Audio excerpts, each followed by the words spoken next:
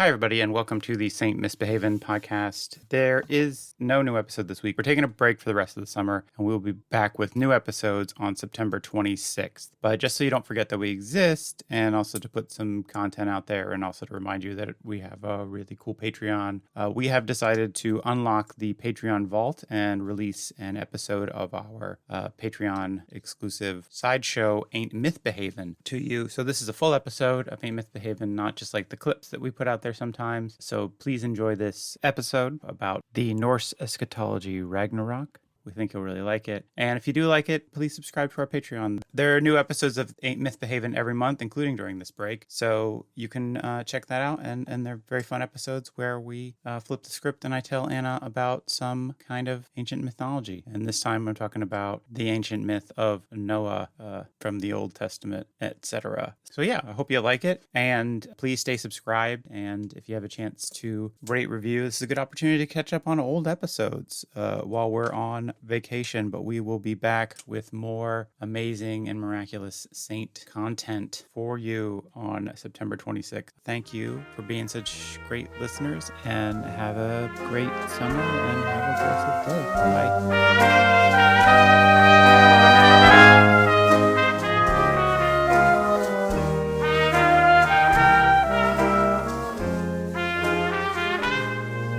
Hi everybody, welcome to Ain't Mythbehavin, the podcast about legends from people who are. Nice. This is the Patreon exclusive podcast where I, your host, Matthew Shadorn, a classically educated individual, read a tale from mythology to her hanger-on, or to his hanger-on, to my hanger-on, and I love it. We switch roles and suddenly you don't know who you are, you don't know who I am. I don't know. You mix up the thing. Also, as someone who's not great with names, the fact that you've got, for the Patreon, you've given it a different name. I feel like you've set yourself up to fail there. Yeah, I mean, this whole thing is just is a real exercise in different ways we can fail. But anyways, I'm your host, Matthew. Anna is normally the one who does all the research on the Ain't Mythbehavin podcast, which presumably you know about if you're getting this Patreon content. But in this sideshow, I read Anna a different story from ancient mythology every month. So, yes. How are you today, Anna? I'm good. I'm feeling legendary. Yeah. I was going to say, have you done anything particularly legendary? I'd say I did something kind of heroic the other day. Really? Well, what was that? By my very lazy standards. No, I never doubted that, yeah. So me and my partner have just almost bought a flat, and I had to take some paperwork in to our solicitors because we don't trust the post at the moment because of COVID, and we didn't want to delay anything. So we were wondering how we were going to get this paperwork to the solicitors without the delay of putting it in the post. So I cycled into town in the middle of a storm and it was very cold and very windy, and I hadn't been on a bike for a very long time, so it was a real physical trial, if we're using the words of mythology and heroism. Yeah. It felt battling against the elements, and I was doing it for the future of our relationship and our home. So I think that was a pretty big gesture. We haven't done anything for Valentine's Day, so that was the best it's gonna get. Yeah, this is all you get for Valentine's Day. My sweat. Yeah, well, that does sound quite epic. You're the explorers of old who would journey in harsh conditions, unknown plains, and find those places and move into them, just like you are with this new apartment again. It's a bit better than a cave, hopefully. But... Yeah, well, fingers crossed. Same number of bats, though. Lots of bats. Well, you got such a deal on it. But you recently had a birthday this week. Happy birthday. I did. Thank you. Did you do anything legendary for your birthday? No. I ate half a chocolate trifle. That was pretty epic. That's pretty great. I mean, Danny is not, I would say, a star baker, so he just bought this trifle from the co-op and put a candle in it. And it was can't. Didn't light it, just put a candle in it. And yeah, it was a very, for a lockdown birthday, it was quite nice. I had the day off work and we chilled out. It's nice. Went for a walk. Danny nearly fell over on some very slippery ice, but managed to correct himself. That's legendary. That's amazing. Well, it was like the full helicopter arms. Like Odysseus returning from the Trojan War. Danny recovering from slipping on ice. It did last quite a long time. Like, is he going to land on his ass or not? It was quite a spectacle. See, I imagined him just like flailing like, whoa, whoa, whoa, for so long. And you're like, I'm just going to pop back home. And you can finish this without me, right? Cool. No, I was staying for the show. I was cracking up so much. I'm a bad person. Yeah. Actually, on an early date, we went ice skating, and we arrived a bit before our allotted time. This was 6 years ago, and so we spent the time sitting by the ice rink, watching out for people falling over. And it was the fact that we both sort of suggested and then enjoyed that. I was like, we are well suited. That is really great. I mean, Did you get your comeuppance when you got on the ice, and did you follow? Oh yeah, I mean, my whole thing, because this was one of our earliest dates. So my whole thing was oh, it's going to be a ruse. It's going to be so romantic. I'm going to be oh, we've got to hold hands. But actually the whole time I was like, Daddy, don't leave. I'm going to fall over. But I can't remember if I did or not. Yeah. I think you probably did end up catching me a couple of times. And that's been your relationship ever since. Daddy, don't leave. Don't leave. Pretty much. Well, Danny's quite a good skater because he plays hockey, right? Yes, yeah, he had his own skates, which I was very impressed by. Yeah. He's a man of all seasons, Danny. Mostly winter seasons, but only sometimes. I don't know. That didn't make any sense. Well, I mean, we're in Britain, so it's we don't really have spring and autumn anymore. It's just winter until it's a heat wave. Yeah, that seems like that's tends to be how it goes. What's been happening lately. So, Anna, so this is Ain't Mythbehavin. So we're going to talk about a myth of the ancient world. And today I want to talk about the end of the world. Yay! That's exciting. What brought this on? I just was, I was feeling really, the emotion of hope. Yeah, the opposite of that. Yeah. So I was like, oh, I just had a baby. Just really thinking about the future. And I would just let's talk about the end of the world. I just really had it on my brain. So, no, I don't know. I just, it always feels like we're living through the end of the world. But it is a very boring end of the world. Yes. As it is right now. Who would have predicted it would be so dull? Yeah. Yeah. So I thought I would share a legend about a more exciting end of the world. Okay. So, yeah. But hang on. So legends are usually the sort of things that happen in the past that have been turned into improbable stories. Right. But this one has not happened yet. Well, this is I guess it's more of a mythology. Okay. The mythology of the legend. I don't know, whatever. I'm not quite sure how you Eschatology, I believe, is the area of study. Eschatology, yeah, is the term. But many religions have an eschatological. Many religions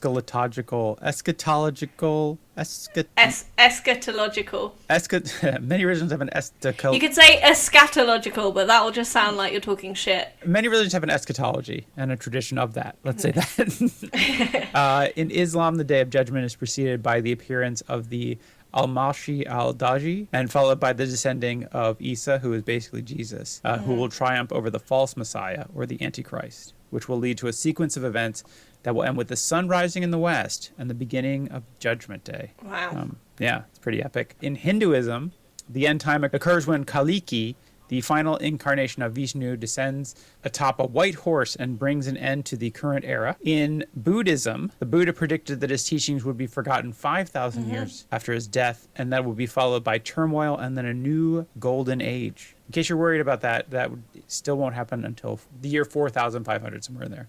Oh, okay. So that's a ways off. So we're good on that one. Right, yeah. And of course, the Bible has the book of Revelations, which is just a delight. It's it's got everything. It's got dragons. It's got whores. It's got valleys full of blood. It's got just trumpets, whatever you want. It's all there. I don't want to talk about any of those today. Oh, okay. Today, I want to talk We'll cut all that. Yeah, I don't know. I just thought I'd bring up some of the other kind of fun eschatologies that I kind of skimmed over. But today, I want to talk about the Norse eschatology, which is known as Ragnarök. Nice. Ooh. Not to be confused with the movie from a couple of years ago. That wasn't even like the final one in that film series. No, yeah. So it's like... It wasn't the final misleading. Marvel movie when it wasn't... They're making another Thor movie, so... Right. So it's just a misleading title. It is very misleading, yeah. But it was a fun movie. And, it's got Jeff Goldblum and people. I don't know. They're really people. And this is not sponsored by that film, sadly. Guys, check out Ragnarok on Disney Plus. Use promo code. You may not have heard of Saint this Mythbehavin. Marvel film. Sorry, carry on. That's all right. So the word Ragnarok is a combination of two words. Ragna means rain or the ruling power of the gods, and rock, which means rock and roll. Woo! And that's why it's all so metal. That's from the movie. Yeah. No, rock, which means something like fate. So the word is translated roughly as something like the final destiny of the gods, or more poetically, and I like this, the twilight of the gods. Nice. So that is poetic. It is nice, isn't it? It's like the sun is... So does it like every time it rains in Norway? Because you said something about rain. Or did you mean rain as in like... rain... Kingdom? Rain as in like a king would reign. Right, sorry. The gods would reign. It should have been... It means rain or the ruling power of the gods. Yeah. So you see how that would... Anyways. All right. Wait, so... I need to slow this down, I think, for you. But... Wait, so hang on. So rain as in... Because you said rain and all the ruling power, but rain... But the word... The other... How's it spelled, please? How are you spelling rain? I'm very confused. Rain is spelled R-E-I-G-N. Right, okay. So that's just synonyms. It's not... It doesn't mean rain as in precipitation. No, yeah. I'm trying to use that long word. The word you're thinking of is from the homophones, clouds. because they sound the same, but they are spelled different. Yeah, no, but I was saying that rain is a synonym with rule. Yeah, exactly. So... doing it as all... I was just confused, but you were. I think it was probably more on me than you. So that's all right. Let's carry on. Sorry. So anyways, it's Twilight of the Gods. Ragnarok is... I'm just stepping into my role of like being the ignorant one that you're educating. Yeah, it's being really ignorant. I'm doing my job well, I think. Wait, so you're pretending to be ignorant? Because you could pretend to be a little less ignorant, and I think it'd be more fun for me. Okay, I'll try and dial it back a bit. Okay, thank you. I really appreciate that. I appreciate you playing the fool like this, but I feel like maybe it's coming off as a little ingenuous now, because it's just like everybody at home is going to be like, nobody could be this stupid, right? I've gone too method. Yeah, don't put words in our listeners' mouths, Matthew. That's not a good strategy. Anyways, so Ragnarok is the cataclysmic destruction of the cosmos and everything in it, even the gods. Wow. Yeah. So nobody's spared. Cool. Norse mythology is considered a chronological set of tales, and the story of Ragnarok comes at the very end. I don't know why I put that in there. It's pretty stupid. So this is like considered to be the final... So it's not they start with it and then everything else is a flashback. Yeah, no. Yeah, like you see Ragnarok and then on the screen it's like 6 months earlier, and then it shows you. You hear the earth explode, and then there's a freeze frame and a record scratch, and it's the voice of Odin going like, I bet you wonder how I got here. And anyways, so this is the end of all the Vikings, or end of all the Norse gods. So for Vikings, the myth of Ragnarok was a prophecy of what was to come, and in some specified... Oh, wow. And some specified an unknown time in the future. Wait, they specified an unknown time? Yeah, I don't know. It says... Like oh, no, I'm sorry. It's an unspecified and unknown time in the future. Sorry. That makes much more sense. It's a specific time that is totally unknown. But like the Jehovah's Witnesses. Yeah. Like, they're always predicting, and then they're like, oh, no, we got it wrong. They got it wrong. Yeah, so no Viking was just like, it's probably next week. It's just like, it'll happen when it happens. They're pretty laid back, those Vikings. I think historically, if you look in the records. Yeah, if you see a Viking arrive, you're like, all right, chill times. Yeah. I'll get the kettle on. It's going to be very relaxed now. Yeah. No pillage here. It's just like, they come to our village. I mean, this is going to be a great time. Look at their fun helmets. It's great. But it had profound ramifications on how the Vikings understood the world in their own time. So even though it was something that was happening, and I was wondering about how this would affect, like, why anybody would make this eschatology. Like why anybody would, like after I read the story, I was like, well, why is that a good thing to tell people? Right. And how all these end of the world things. And then actually I have a bit about that at the end where I read some analysis of it and I was like, oh, okay, this makes a bit more sense. But once we go through it, we'll see if my response lines up with that one. Yeah. And then, yeah. So you come up with your own interpretation of Ragnarok. And then we'll. Well, I'm a blank slate here, so. You really are. You couldn't be more. And that's just Get your really face. into my- Hey. Oh, you can't see my face. Yeah, but I know you have a plain face. Anyways. Wow. Anna? Oh, Anna's gone now. Oh, well. So.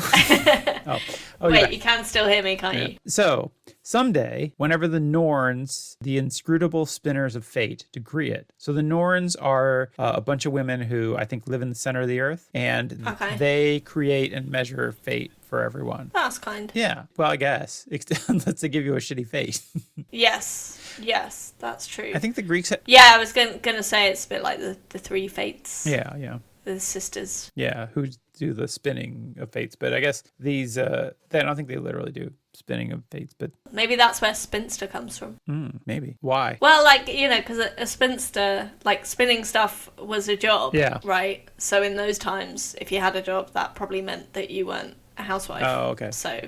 I thought it was something to do with the nature of spinning yarn or thread made you unmarriageable. Like, yeah, because you had a job, so you wouldn't be relying on I guess that's husband. true. So they might feel threatened. I don't know. The feminist icons, I don't think it's like, being near yarn will I don't know. somehow disfigure your face. I don't think it's that. Well, I don't know. Maybe it was just like, oh, those spinsters, they always stink of yarn and they've got threads all over them all the time. Nobody wants to date those girls. I don't know. Maybe you're right. It is like these are women who like were making it on their own and they're like, we don't even need a man. We're sexually liberated.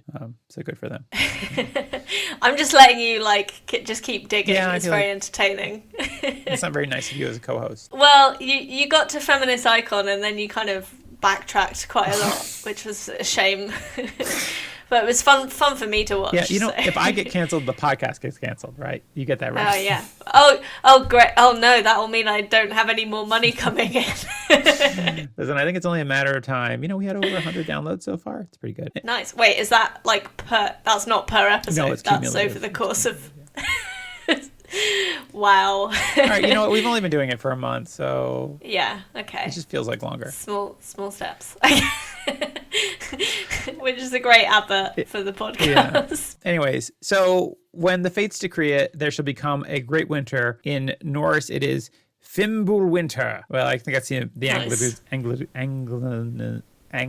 English... Anglicization of the Norse word is Fimbulwinter. But it'll be a great winter unlike the world has seen yet. So maybe it's now because it's been extremely cold the last few weeks. It has. Let me read the description for you. Biting winds will blow, snows from all directions, and warmth of the sun will fall, plunging the earth into last week. Unprecedented cold, which has been the last couple of weeks. But it says here... Anything about a very contagious disease? Nothing about disease. Oh, okay. This is fun. We just get that as a bonus. Yeah, no, this is a fun end of the world because it doesn't involve pestilence. So that's why the Book of Revelations didn't make the cut because we didn't want to hear it. Yeah, we've had enough pestilence. Read the room, pestilence.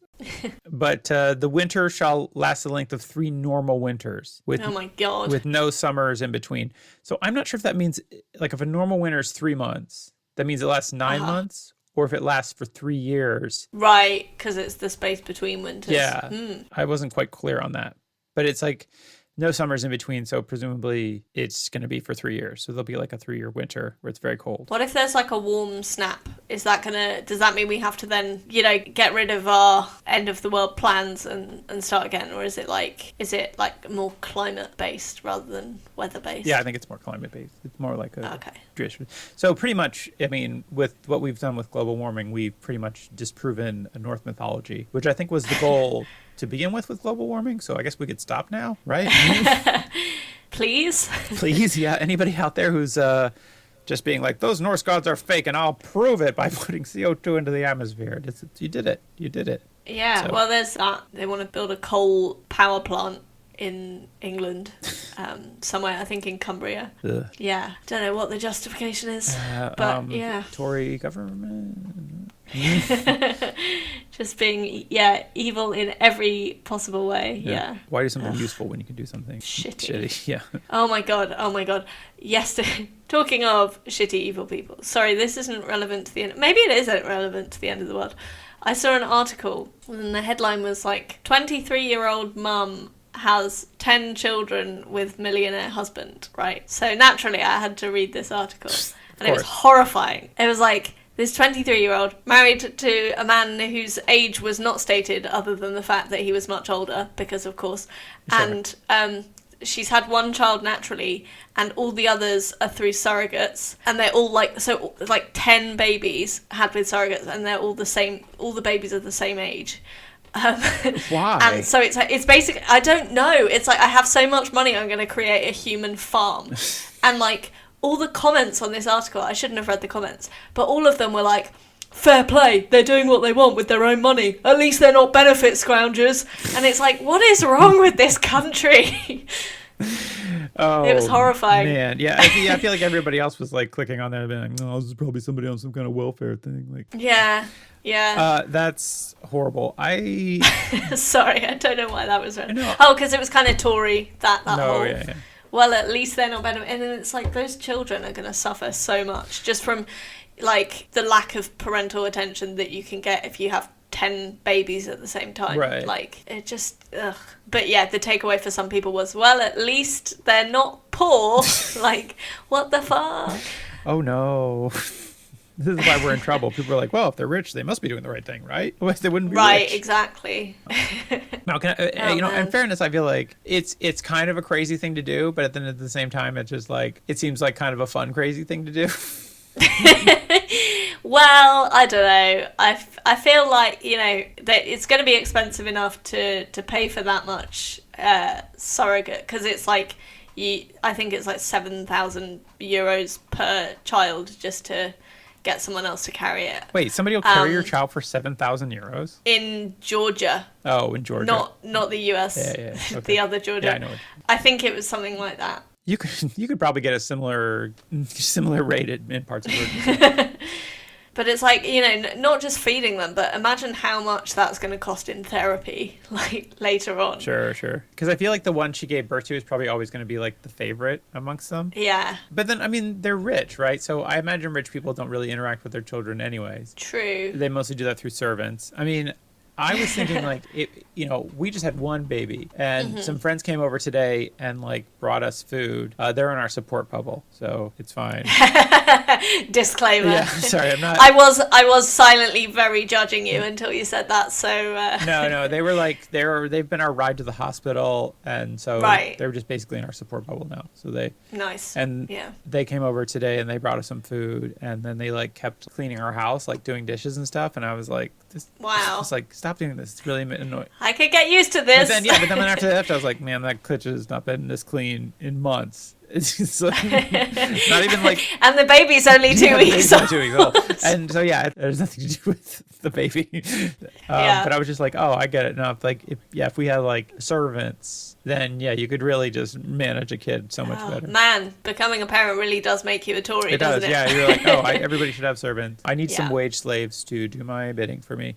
No, I don't know. I find this like, it's a fun level of crazy. Like they were like, we want our own soccer team, so we're gonna have 10 kids at once.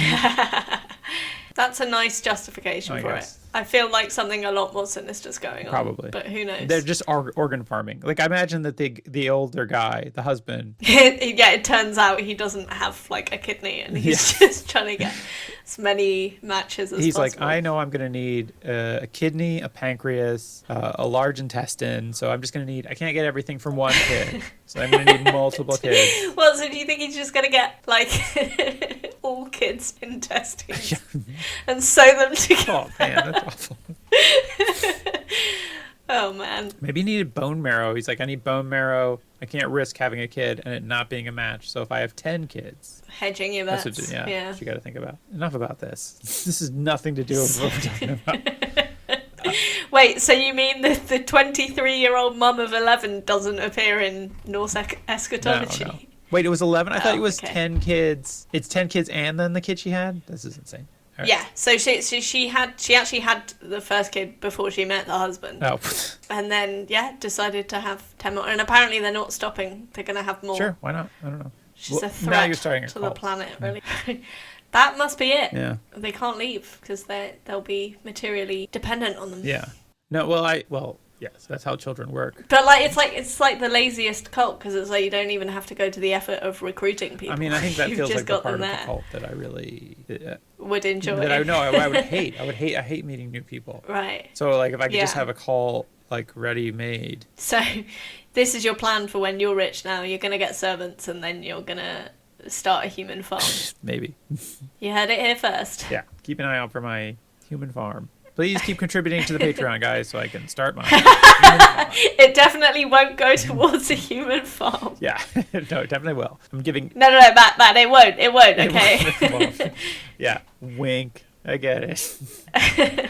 Anyways, so there'll be no summers between the winters. This is mankind will become so desperate for food and other necessities of life that all laws and morals will fall away. So it may be now, because that feels about right. They'll leave only the bare struggle for survival, but it'll be an age of swords and axes. Brother will slay brother, father will slay son, and son will slay father, and daughter will slay mother, and mother will slay daughter, and second cousin will slay grandmother, and grandmother will slay Uncle Jeff. Wait, is this actually in the writing? No, okay. No, I just gotta wait. It's weird that it's gender segregated intergenerational violence. Well, they heaven forbid daughter slays father. It does, it does feel like they only did the brother will slay brother and fathers and sons will slay each other. And but they're not just like, and then I guess like girls are too weak to fight. Yeah, sisters are on the side like, yay. Go team. Brother will slay brother and sister will say something shady and maybe pull your hair. Sister will stay in the kitchen where she belongs. Because, all this fighting's going to need to be fueled by a big stew or curry or something. Everybody knows their place in Norse mythology. So most of this information that we know about Ragnarok comes from an ancient epic poem called Voluspa. I don't know how to say it. I don't speak Norse. I mean, you do now. You're practicing. You're doing a great job. It'll get pretty crazy in the I mean, some of these Norse words are hard. But there's a stanza in the epic poem of North, this Voluspa, which is an epic poem, an epic poem. What? Poem porn? What? Yeah, well, there's an epic porn called "Get Your Ragnaroks Off." But that's not what this is about. That's our other Patreon podcast. Yes, misbehave. I don't. We're misbehaving. I don't. It's a taint misbehaving. It's about taint-based pornography. How about paint misbehaving? And it's just like some kind of, body paint rave thing. Well, you know, we could have another sideshow that's called Paint Misbehavin', which is us talking about famous paintings. So when we run out of legends for this Patreon series, that'll be the next one. That's actually really good. We should do that instead of sayings. Except actually as a podcast, I don't know if it works because it's a bit visual. Yeah, it's like, so then the brushstrokes, right? So there's this stanza that I found on the Wikipedia page. I didn't really read this whole epic poem, but I really liked it because I thought it was pretty good because it sounds pretty cool. But it says, brothers will fight and kill each other. Sisters' children will defile kinship. It is harsh in the world, whoredom rife, an axe age, a sword age. Shields are riven, a wind age, a wolf age. Before the world goes headlong, man will have no mercy on another. Ooh, nice. Pretty great, right? I like the whoredoms up there. Yeah. Like, at least, people are still paying, so there's still a sense of order there. I mean, it's like, hey, we're killing each other, but, something doesn't mean we can't have a good time, with some good old-fashioned whoredom. And everyone gets a fair day's pay for a fair day's work. Yeah, I guess so. Yeah. You can't just be slaughtering people all the time. You need to take a break for yourself, and make intimate connections with people, even if just for money. So there'll be this long winter. People will become animals. They'll hate each other and fight each other and whatever. And fuck each other for money. Yeah. So, it's the same old stuff. It does feel very close to today. So I don't know, except for instead of shields and axes, it's shielding. Yeah. and its cutting remarks. Oh, I was going to say axes because of all the graphs. Because as mentioned, we have a much more boring apocalypse happening. Yeah. This is cool. And this is where it really kicks up a notch. So, the wolves, Skull and Hati, who have hunted the sun and the moon through the skies since the beginning of time, will at last catch their prey. Oh my God. They'll eat the moon and the sun. It's very exciting. Wow. Have you ever had a really hot chili in your mouth and Yes. it's a struggle to swallow it? I feel like, the wolf eating the sun, like that is hardcore. You see, I think that, if you had to eat either the moon or the sun, which would you... Well, the moon's made of cheese, Yes, right? the moon is made of cheese, so that is true. So it's a no-brainer, really. I think in a world where wolves can eat, planetoids, Planets, yeah. it's probably also made of Stars, cheese. rather. So if you're the one yeah. who eats it says that it's unclear which is chasing the sun and which is chasing the moon. Right. But they've apparently been doing it since the dawn of time. And now I feel like it would be upset, like they'd be like, when they caught them, it'd be like the dog who caught the car. Like they wouldn't even know what to do with them. They'd be like, oh. Well, like when I was little, me and my friend decided we wanted to capture a pigeon for some reason God. in the park. So we set up like an elaborate trap with like breadcrumbs all over the floor. And my friend actually managed to like clap her hands around a pigeon, but then when she'd done it, she was so like freaked out and just didn't know what to do, so she just let go and it flew away. It would be a lot like that, I think. Yeah. I think that, well, first off, your friend's dead now, right? From touching a pigeon? No, she's doing very well. She's in the army, and she's like quite a groundbreaking woman achieving stuff, like the first woman to hold certain positions and stuff like that. Oh, okay. I mean, I don't condone a military, but if you're gonna have one, make it progressive, right? Yeah. That's so progressive. Just women also killing people. That's great. Yeah. Well, yeah, according to this myth, that's unheard of. So compared to this myth from about 1,000 years ago. Yeah, we're We've making moved progress. a bit forward since then. So, yeah, it's all good. It's nice that we now have, women maintaining imperialism around the globe instead of just men. So that's great. So anyways, I just feel like if you're either the dog, the wolf that is either like, well, this is really hot. And it's like, how is yours? It's like, oh, it's awfully dusty. This was not pleasant. I don't know. And then what do you do with yourself? You dedicated your entire life to catching the sun and the moon. And then what you do? Yeah. It's like I mean, I don't know because I've never achieved like my dreams. So I don't know what comes after that, I mean, I guess my life purpose. Yeah. I guess if you're eating a stellar body, it probably takes some time. So that's probably also... I was about to say it'd be quite time consuming. Literally, if you're like ending the world. Yeah. It's time and space consuming. Yeah. The stars too will disappear, leaving nothing but a black void in the heavens. Who's eating them? I don't know. It doesn't say. I guess other wolves? They're other wolves. Yeah, presumably there are other wolves chasing every star in the sky. But I guess these are the two that pertain most to Earth. To Earth, yeah. Maybe. So, I mean, I guess it's one of those things in the universe where there's just like for every star, there is a wolf. There's a wolf chasing in it. hot pursuit. I mean, maybe that answers your question about what do they do next. Yeah. Once they've got rid of the sun. They got rid of the sun. They start. They're like, what? There's bigger stars out there. Let's go.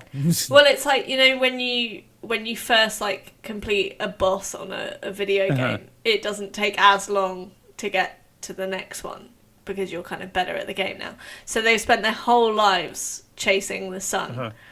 And then they can get through the stars quite a lot quicker. Right. But I think that, like, our sun isn't that big compared to other stars. Oh, that's true. So it's like by the time they're like, Earth is like level 1 in their star reading escapades. And so then they're just kind of like building up till they get to like, what is it, Betelgeuse? I think Betelgeuse is the biggest star that we can see. Right. Something like that. I don't know. Anyway. That's good astronomy. I always get astronomy and astrology confused, and it's resulted in a lot of embarrassment. Yeah.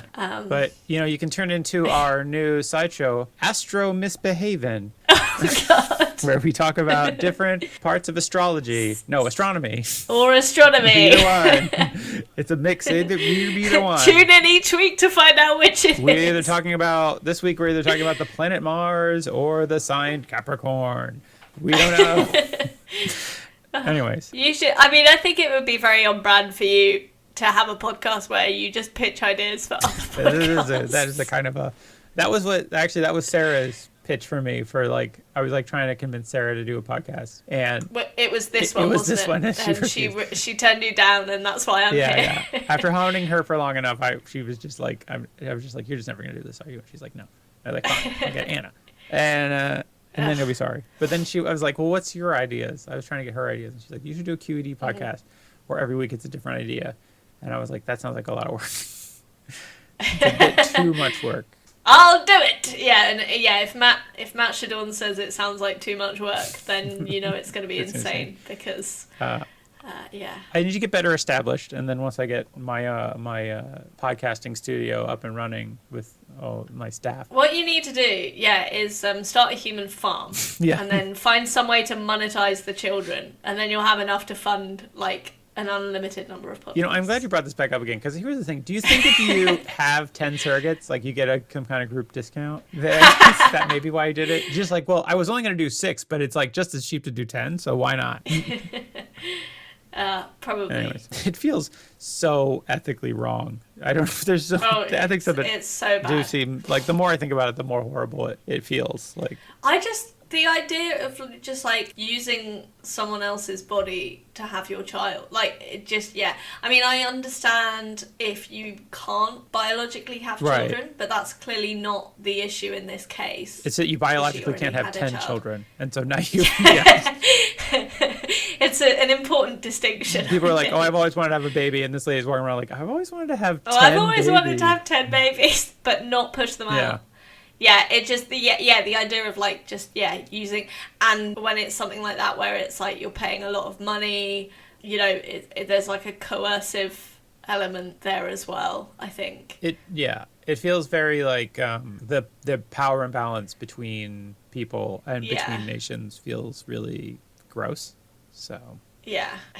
But I understand that that people who need surrogates, and that's perfectly fine. These people clearly didn't need surrogates. Do not, except to do this like insane, like I don't know, were they trying to get in the Guinness Book of World Records? I don't know. Like, it's just stupid. But like, it's not really your achievement, is it? Because it's like, well, no one had 10 babies in a year. Like, no one pushed them out.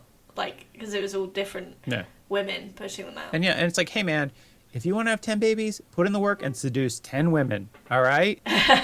You know who used to do that? Screamin' Jay Hawkins. He had like 100 kids, all right? I do not get your references, but I was going to say, like, you know, if he's got that much money, it shouldn't be that hard. Yeah. Actually, Screamin' Jay Hawkins, kind of a cult, early rock and roll figure, and he supposedly had... Oh, I'm glad not a cult leader. No. Or also that. He was just like, I don't know, look up a song. There's a song called I Put a Spell on You, which is pretty great. Anyways, he... apparently through his touring and his days as a musician, supposedly sired like 100 kids. And then when he died, there was some condition in his will or some like money set aside for them to come and have a big barbecue and meet each other. And so... Oh, wow. And that was all they got in the will. Kind of, I think. I don't think he got a lot of money. A burnt sausage. I think famously, Screamin' Jay Hawkins like lost the rights to a lot of his songs. And so didn't really get the royalties and things for his songs. I think I remember reading about this because he's in the movie Mystery Train, and he acts in the movie Mystery Train. And then Jim Jarmusch, who directed that movie, he also like used some of his songs and paid out of his own pocket to Screamin' Jay Hawkins like royalties that he didn't need to, just as a kindness because he was an admirer of his work. And he's really good in the movie too. You can see I'm a big fan because I have a Mystery Train poster right there on the wall. Yeah.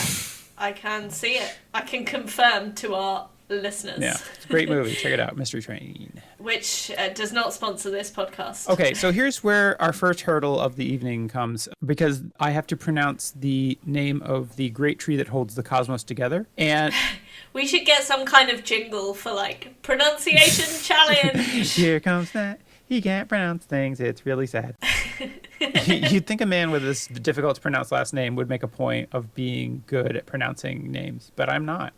I'm a big hypocrite because I always get upset when people mispronounce. It's very vengeful. All right. So anyway, so the name of the tree is. Sorry. I think it's spelled Yggdrasil. That is Yggdrasil. It is. I like that it's the tree that's the source of all life and stuff. Because I think for your next child, that's a beautiful baby name. It's spelled YGGDRASIL. Wow. So there's a real gap there between vowels. Yeah. Yeah. It is literally like being strangled. Yeah, it's like... It's a shame because, yeah, it's a beautiful image that you conjured, but then I wouldn't hear that and think Tree of Life. It is. It's the tree that it's kind of at the center of the universe. It holds the 9 realms of Norse mythology together. It's fun if you read up on the tree. There's like a crazy squirrel that lives in there. Nice. And What's his name? wait, I gotta find this. Actually, I wanted to show you. Numerous animals live among the Yggdrasil's stout branches. There's a dragon in there, several snakes. There's an unnamed eagle who perches on its branches. I mean, it sounds like the squirrel is doing very well to be like on a comparable level to the dragon. Right. Oh, well, see, here's the thing: is the eagle, the squirrel. The squirrel, who is called Ratatoskr. Oh, that's more vowels in that name. Oh, this is just lousy with vowels. It's like every other. You should share some with the tree. Yeah. It's like that tree needs some extra vowels. Ratatoskr.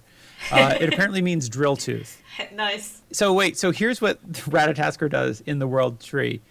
He scurries up and down the trunk, conveying the dragon's insult to the eagle, and vice versa. I love it. So there's apparently some kind of beef between the eagle and the dragon, as one would imagine, I think. I don't really see them as natural friends. They both have eggs, I guess. Lay eggs? I guess. I don't know. So they both maybe fly. they're having some kind of turf war. They both breathe fire.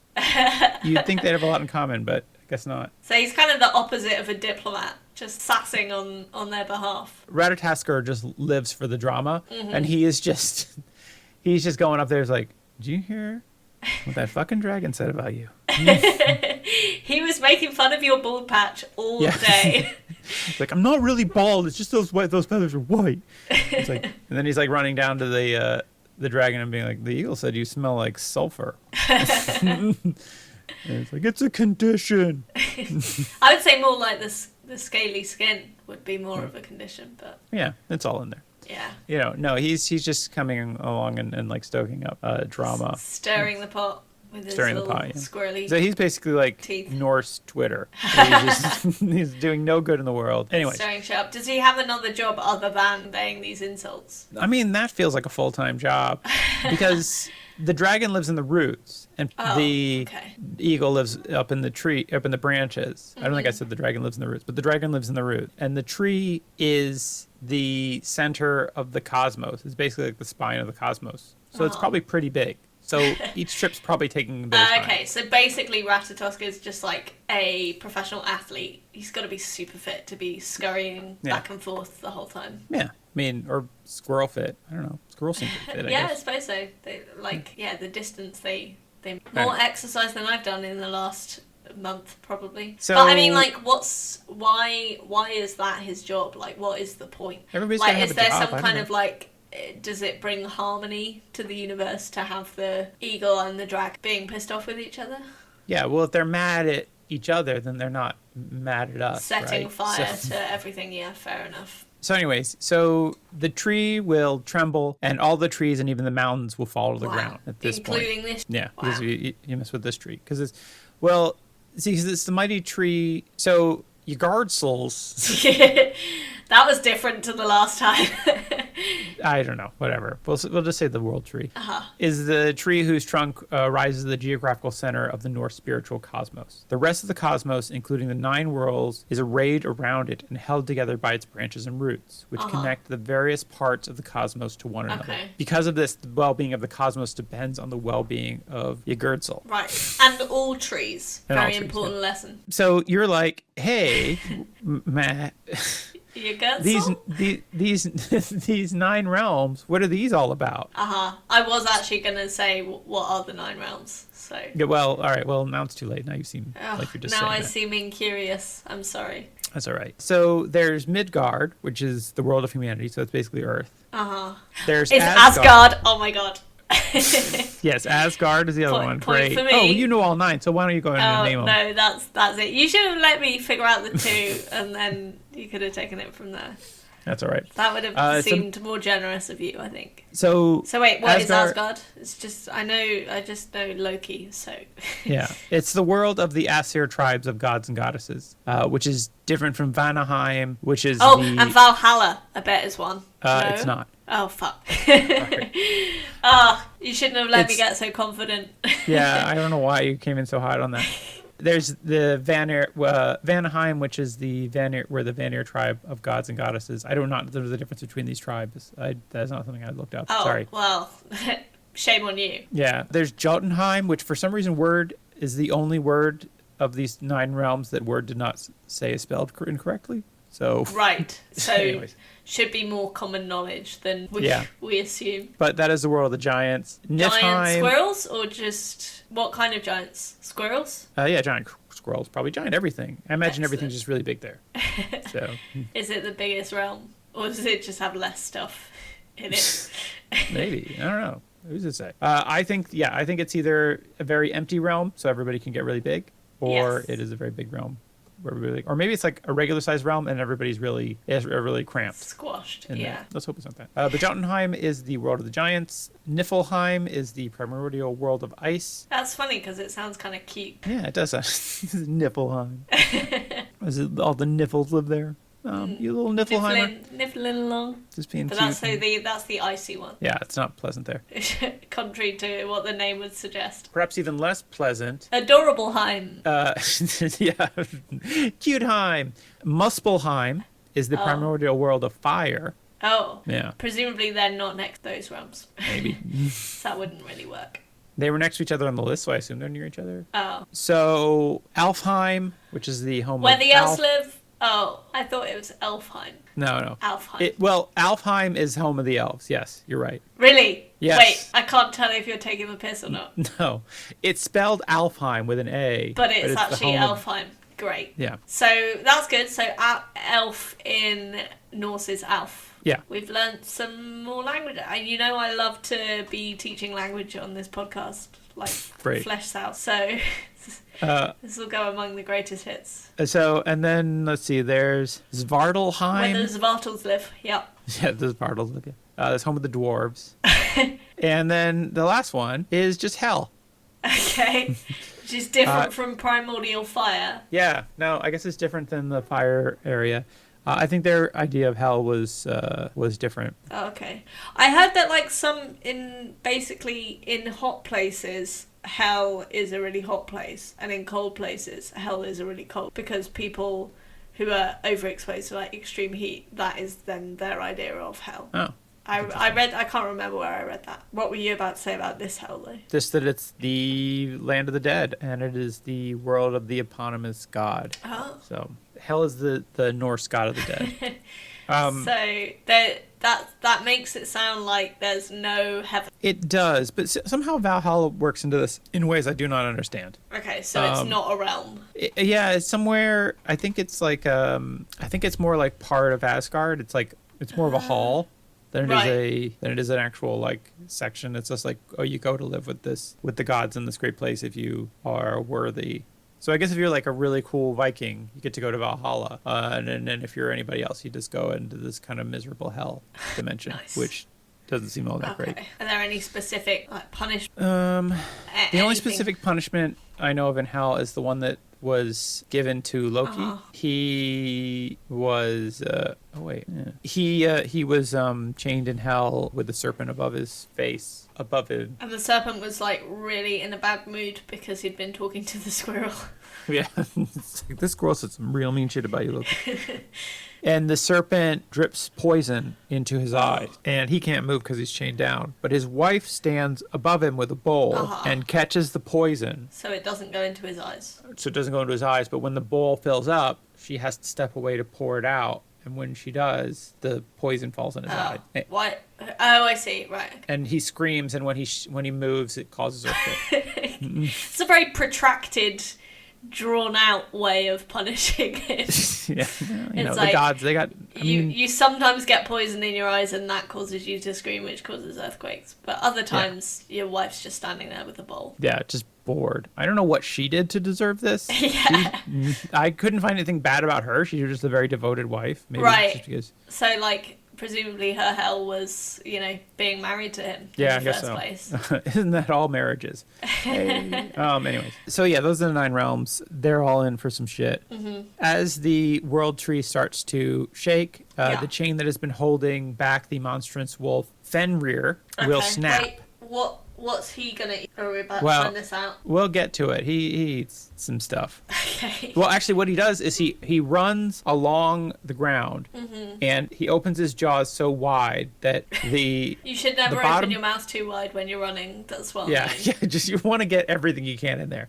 But that's really where you're gonna get your speed, because the oxygen just flows so much better when you're running with your mouth wide open. I've got an image in my head like he's just Pac-Man. Like, yeah, it pretty much. Going really fast.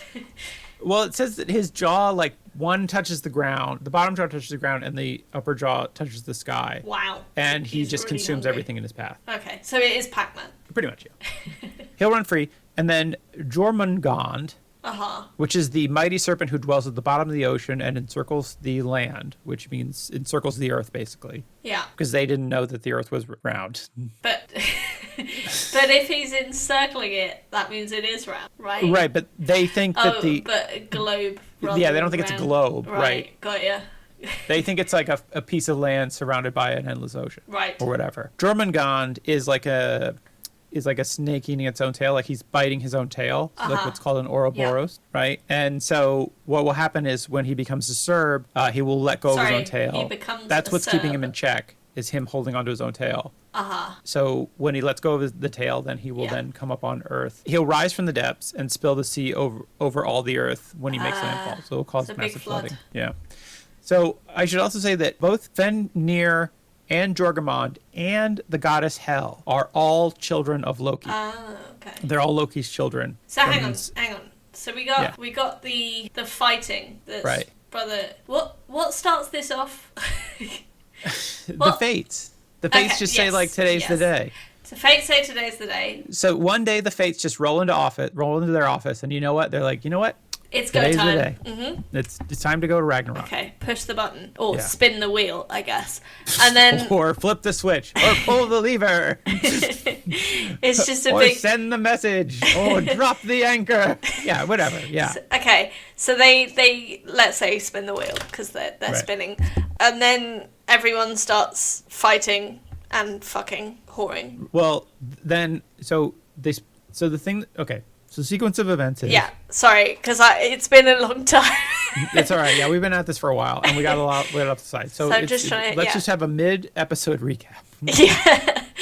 So what happens is, the fates say today's the day, and then the earth freezes for 3 years. Oh, yeah, forgot about that. Long Humanity winters. descends into madness and brutality. Because there's not much food and stuff to go around. Right. It is a time of starvation and deprivation. Yeah. It's basically the movie Snowpiercer, if you've ever seen that. And then what happens is that these two wolves eat the sun and the moon. Yeah.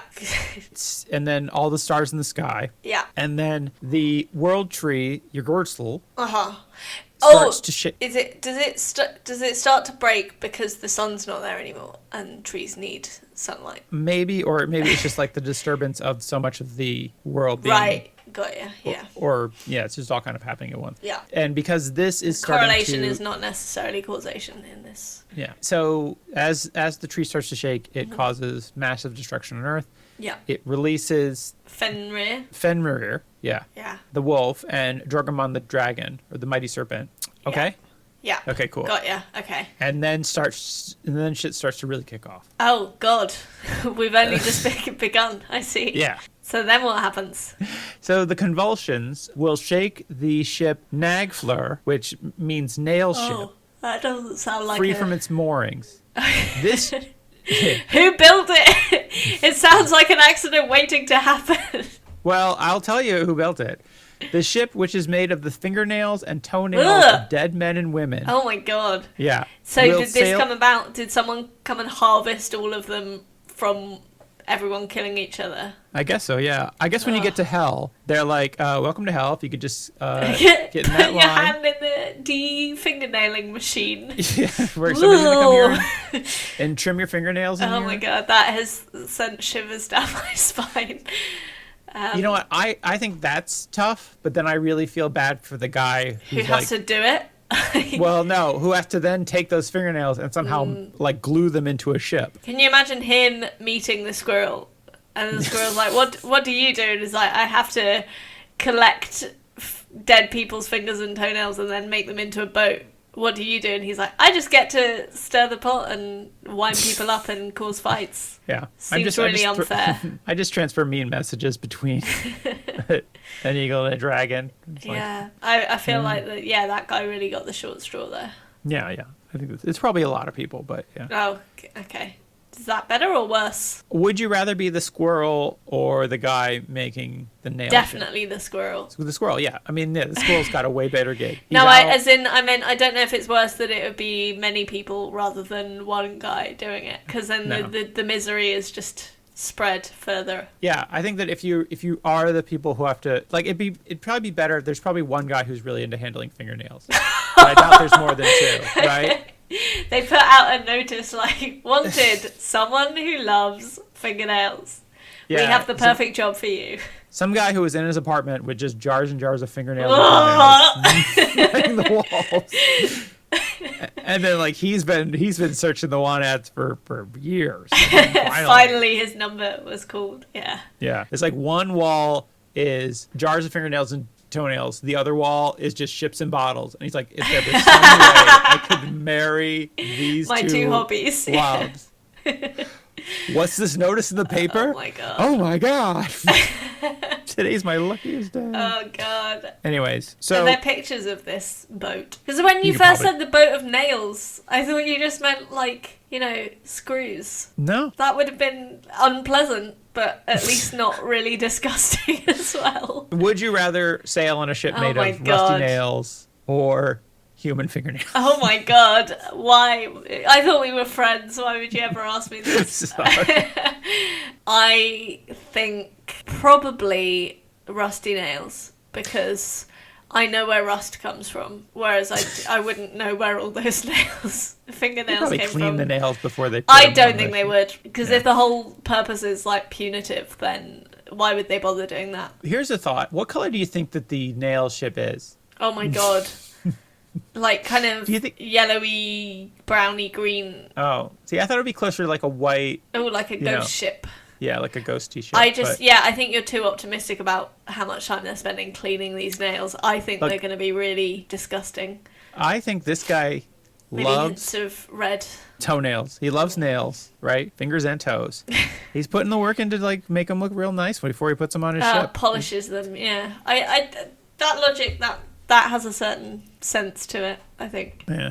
Either way, I still think the rusty nails, they're more of a known entity, I think. Yeah. I just don't like the smell of them. Yeah, but I mean, compared to... Have you...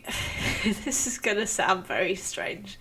Have you ever, like, had sweaty feet and then just out of curiosity just sniffed your toes? Because toenails, they collect a lot of bad stuff.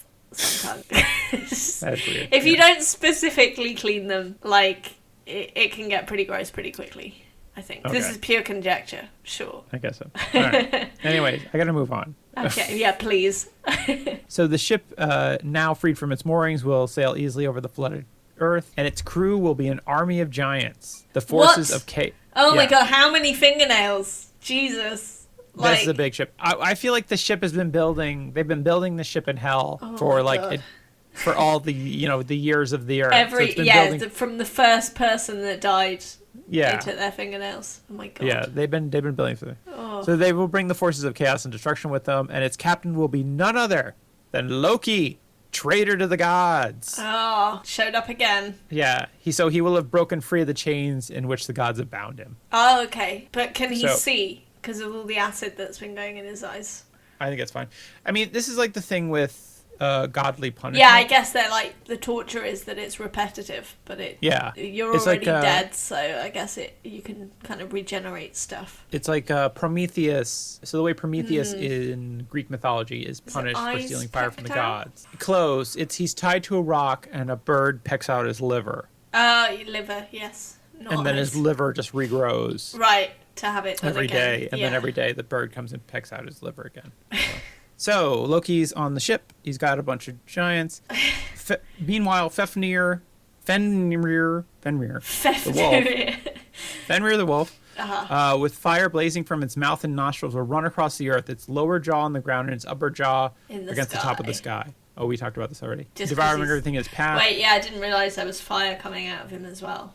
Yeah, he's got fire. That would have been a cool modification to Pac-Man. Well, see, actually, and then it says that Drogamond will spit venom all over the world, poisoning land, as snakes water, do. and Fair air. enough. Mm-hmm. Yeah.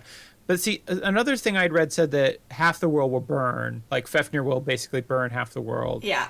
And then the other half will be poisoned by Drogamond. And it's already frozen.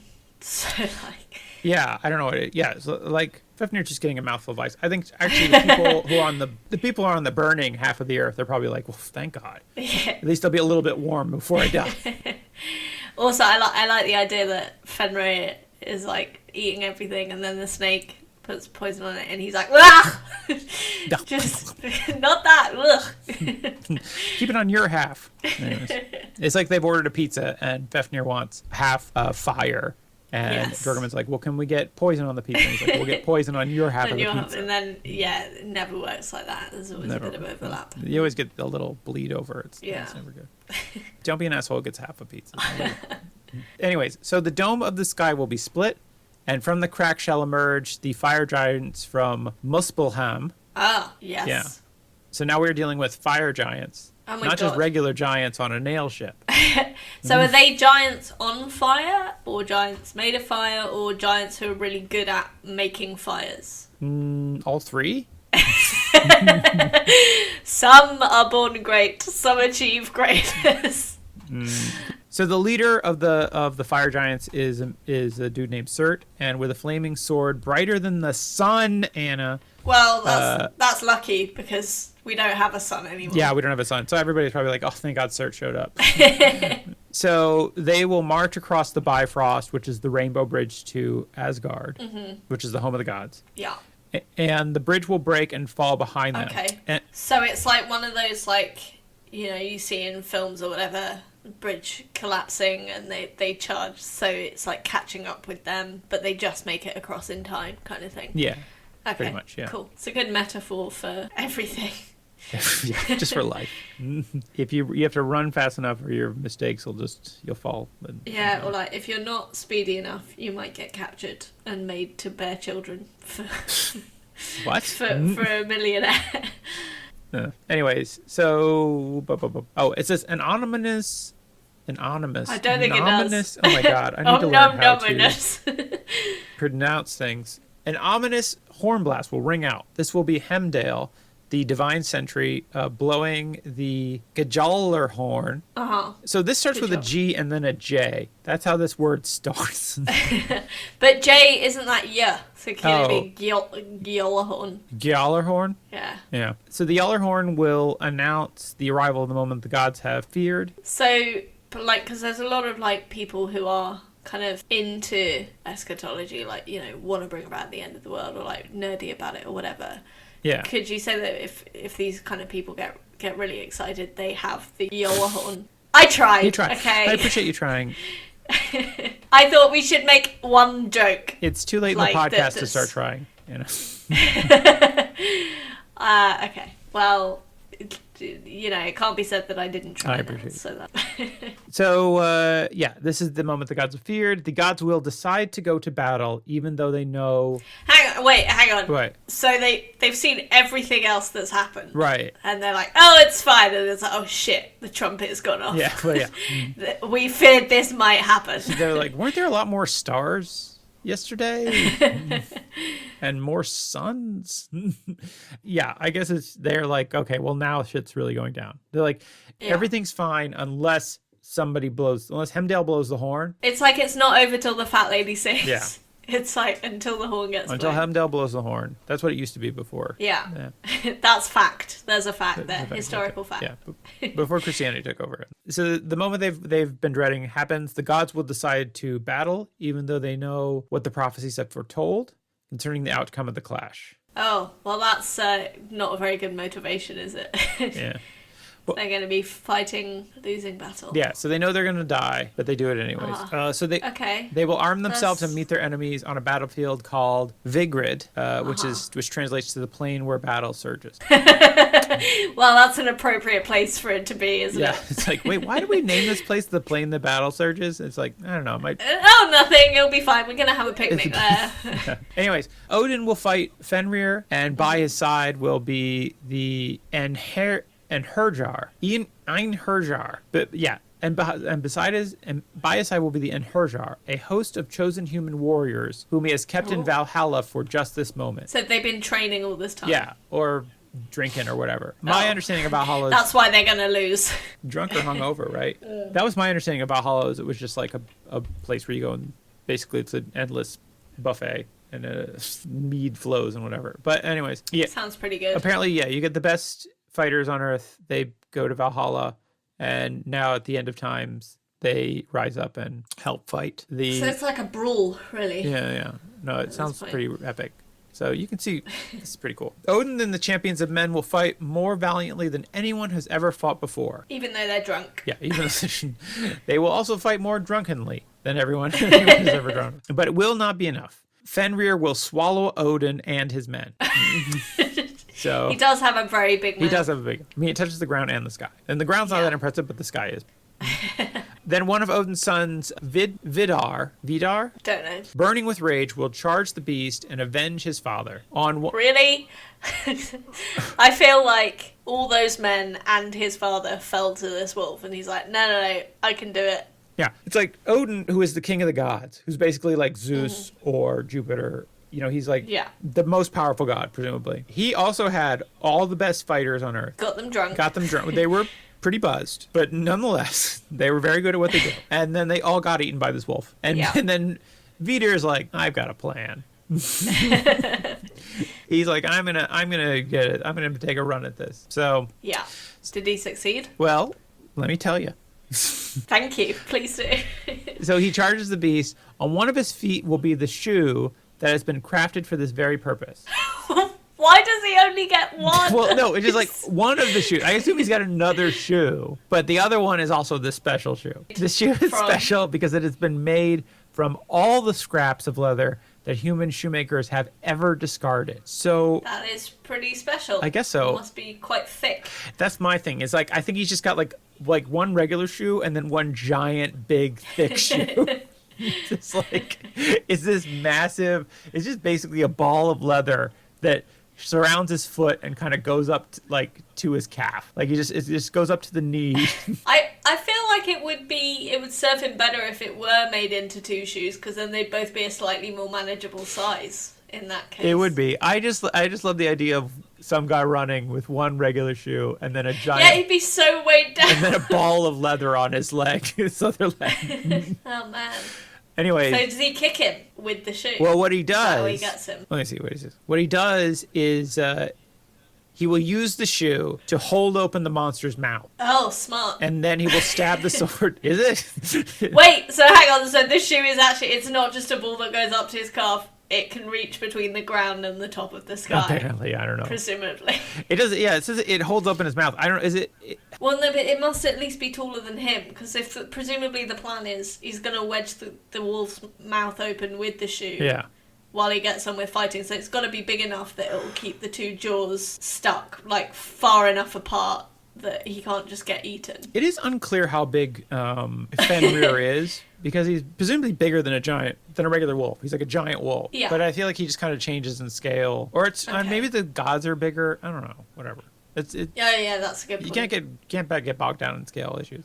But I'm sorry. He holds the. I feel like if we didn't, though, what would we be left with for this podcast? So he'll stab the sword through the wolf's throat, killing him. So now Fenrir's dead. Okay. So cool. Odin's dead, Fenrir's dead. Everybody in Valhalla is double dead. Surely they should have just brought this shoe guy in before everyone else died.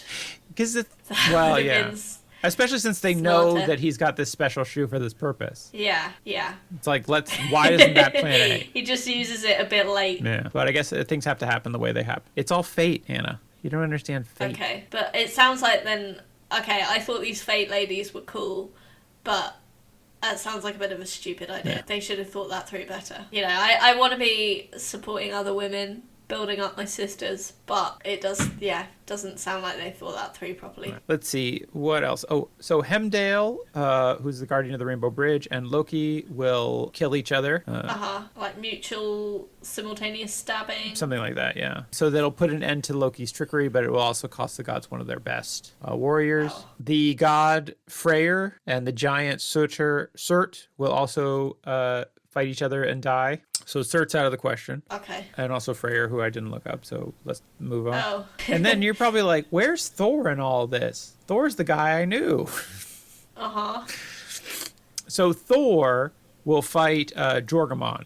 Oh, okay. Yeah. Hammer versus Snake. Yeah. And apparently they're age-old foes. They fought numerous other times. Okay. Or they know each other's weaknesses. I don't know. They've had multiple encounters. I read some other myths about one where somebody tricks Thor into picking him up or something. Presumably Loki. Yeah. Because somebody, I forget, or some giant. He's tricky. Anyways. Tricksy. Yeah. But they fight each other. Thor will succeed in felling the great snake with blows of his hammer, but the serpent will have covered him in so much venom. Oh no. That when after he's killed Jorgamon, he will take 9 paces and then fall down dead. Dear. Yeah. So that's the end of the gods. Okay. It says the remains of the world will sink to the sea, and there will be nothing left but the void. Creation. Yeah. Which is how we're all feeling right now. Which is like, there's nothing left but the void. It's like, welcome to my world. Am I right? Welcome to the void. Yeah. All that's left is the void.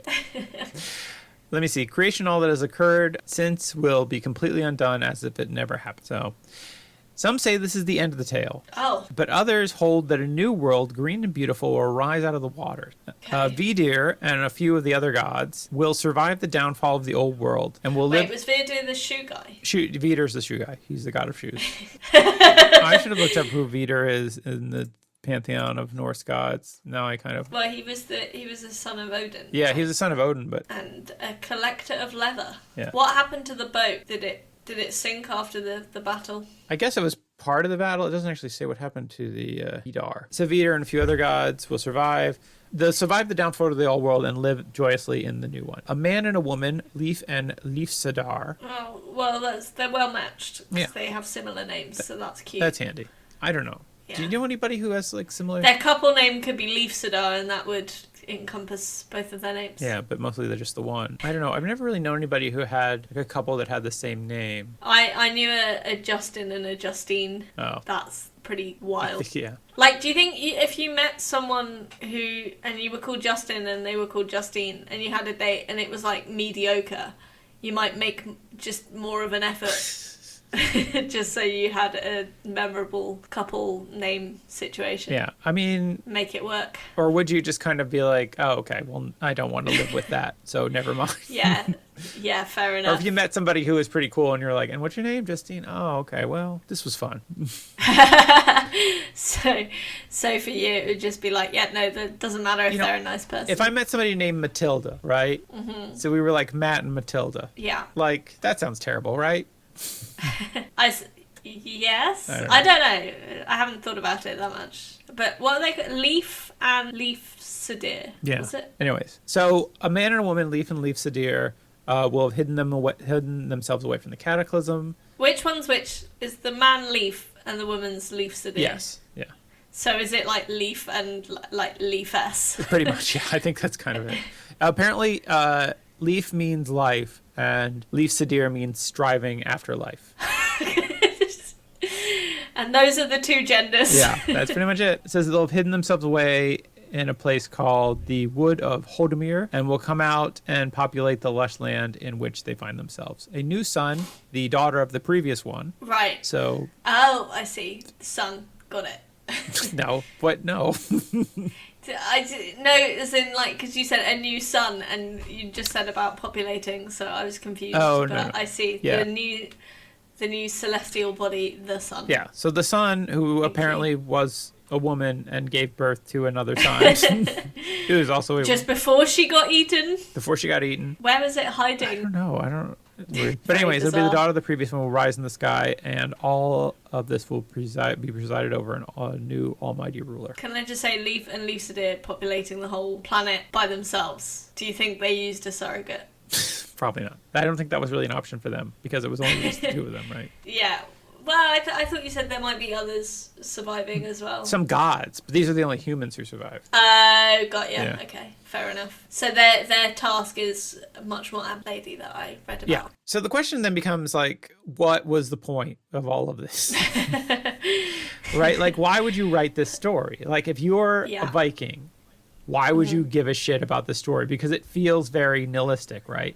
Because if you're like, at the end of everything will be just, like, there will be a point where everything will be destroyed and everything you've ever done will be pointless, and why bother doing anything, right?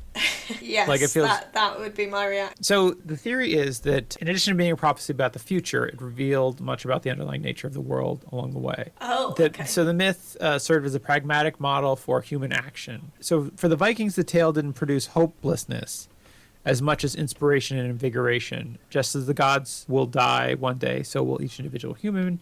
And just as the gods will go to face their fate with dignity, honor, and courage, so can humans. And booze. And booze, yeah. If you get liquored up, you can face anything, anytime. That's the real moral of Here's what we're saying. Get liquored up, get yourself one big shoe, and just go out there and face the world with your sword and your shield. Oh my god. This is going to be, like, we're going to have to make a merch store that's just big shoes, eggs, other stuff. I don't know. We'll have to think about it. But, yeah, I feel like this could create this, loads of grain. Yeah, could just be a very rich source of weird mythological merchandise. Maybe. So I guess... Saint Mythbehavin. No, that's all right. So I guess the whole moral of Ragnarok is the gods had to face their fate and did so nobly. And as an example to everybody else whose fate is probably much like more mundane and shitty, and like they had to go to their regular Viking job every day as a fisherman or something, or like work in a Viking office. Nail shipbuilder, helmet manufacturer. Yeah, somebody had to make those helmets with the big horns on them. And like, so facing the kind of like, this is your lot in life, but face it with dignity and pride, even as the gods would face their own demise. So these beings who are all powerful and whatnot. So that is why we celebrate Ragnarok. No, we don't really celebrate it. It's not tied to any date because, again, we don't know the date. Right. Yeah. It's also weird to like commemorate something that hasn't happened. I would love it if there was a holiday that was the future date of Ragnarok someday. Like if it was Ragnarok Day. I think it'd be pretty wild. Day and everybody dresses up like wolves. We should make it happen. Yes! Plays Pac-Man. Plants trees. Like that'd be nice. a bunch of staged fights. Yes. You could make a cheese sculpture into the shape of the moon. Everybody could eat it, and then like you could have a contest for like you could have like a sun cake, but it's just full of like hot chilies, and then like whoever can eat the biggest piece of sun cake gets to be the wolf. It's a stuffed wolf. I don't know. Oh my god! And you would definitely dress up as Ratatoska and just be the party. That would be great. You're dressed up as a weird squirrel. And you're just going up to people and telling them mean things, that's... It sounds like basically like Christmas. Yeah, like Ratatoska is such a scamp. Like he just going around and just going like, Jessica said you look fat, and then just running away. It's a great party. Yeah, it's just like Christmas with my family, love this. Really. If we could somehow get... I'm sure you could find someone on the internet who will just like justify why it must be a certain date, and then that can be We can just put whatever date this podcast comes out, so we'll say yes, probably the 21st February 21st. Of March. Wait, of February or February. March? Oh, okay. Okay. It's very confusing keeping track. So I'm thinking February 21st, whenever this comes out, we can make that Ragnarok Day. Guys, let's all get ready for next year Ragnarok Day. Get your squirrel and your wolf costumes ready. Start collecting your leather scraps so you if can you're make the good, big Fifnir will leave some leather scraps in your stocking. I don't know. Yeah. Oh man! And if you're naughty, you get a ship made of fingernails. Yeah. If you're naughty, poison. Yeah. And see, that's a fun contest. Like, which kid made the best? You collect your fingernails all year. Who made the best little ship out of? Oh no! You've ruined it. I was so on board with this idea, and now you brought fingernails back into it, and I am no longer so keen. I love it. Yeah. So let's get. It would be fun to have some kind of Norse celebration that didn't feel like white supremacist. So let's. What? I think a lot of white supremacists are really into Norse mythology because it is super white, and they. Okay. Well, this one has lots of animals in it, so you don't know what color, so it can be. It's got potential to be much more diverse. I mean, if we've all seen those Thor movies, we know that Hemdale is black, and I have not seen those Thor movies. You should see those Thor movies. They're fun. I've seen like one. I don't think I've seen Ragnarök. Oh, it's probably the better. I don't know. Do you not have Disney Plus? I think I've heard the trailer. No, I've got all the other ones at the moment. Disney? We're actually, when we move into the new flat, we're going to get a TV license, so then I'll be able to watch iPlayer. Ooh, the lolly. Yeah. Yeah. So that will be good because I still haven't seen I May Destroy You. Somehow I knew you were about to say that. Well, because I seem like very unenlightened. So no, it seemed like the kind of thing you would like, and I've heard it's really good. I haven't watched it myself. I don't have the bandwidth. It sounds really intense, so I don't have the bandwidth to watch it. Yeah, well, you don't have to think about these things. I guess so much. not. No, it's your male privilege. Yeah, I can just walk away whistling a jaunty tune. Oh, I'm off to watch more Star Trek. Thanks. Anyways, Anna, what did you think of this tale of the fall of the Twilight of the Gods? I think that the interpretation, I don't find it a very compelling explanation that if you knew that it was going to all be for nothing, you would still fight really hard. I don't know. I think it's like the original thing of just being very nihilistic because it's all preordained. Right. And so, the outcome fixed. Having said that, I think a Ragnarok part. So, I'm pro that idea. Well, we've got a whole year to get it. It's very weird, like the specific details, like the toenails mainly. What's playing on my mind. The toenails is probably the biggest left field moment of the story. It's like, oh, there's these guys on a ship. Oh, cool. It's made of toenails. It's made of toenails. Yeah. One of them toenail ships, you know what I'm talking about, right? Yeah. Whereas, big venomous serpent, that's like, there are snakes in other religious imagery and stuff. And tree of life, that's pretty common as a theme. That's fairly, some of this symbolism is there's flooding, there's earthquakes, it's all kind of cataclysmic. Yeah, very universalistic. Yeah. So that's interesting. Fairly standard stuff. Do you think if the world ended... Just your standard eschatology. Yeah. If the world ended this way, would you be stoked? Or would you be would you rather it ended in a different way? Probably a different way. But if I were a Viking and the last thing is everyone gets drunk and joins in with a fight, and that's how you die, that would be pretty because their whole motivation was fighting to the death and stuff, so I could see why that would be compelling for them. It's not only do you die in a drunken brawl, you get to die in the last drunken brawl. So you get to the drunken brawl to end everything. It's the biggest drunken brawl. You've been in some bar fights, but not against the wolf. And I don't really understand the idea of dying twice, but somehow I don't know, because they're already dead, right? Because they're in Valhalla, right? Yes. I guess they just cease to exist. So I guess it's with zombies, you can kind of kill them. I don't know. I feel like I like this. Right. This is a very action heavy, it sounds like there's a lot of fun things going on. lots of monsters, lots of, people getting into fights. I like this. I like this better than the Book of Revelations, which I feel like the moral of the Book of Revelations is like you need to be on the right side, otherwise you end up in hell. And the moral of this is like everybody's dying, so just enjoy the ride. So you just need to kind of like stoically face your fate. And I don't know, something about that is a little bit nicer than than the kind of fire and brimstone of Revelations, which seems primarily to scare you into being a Christian of the cult. Because, yes. But anyways, also that Book of Revelations is pretty anti-Semitic. So, anyways, Anna. So we've got the white supremacist traditions on this hand, anti-Semitic hand. I just think that I've heard from people who really like Norse mythology and runes and things, and they're all hella racist. Well, they hate the fact that has been co-opted by racists. So.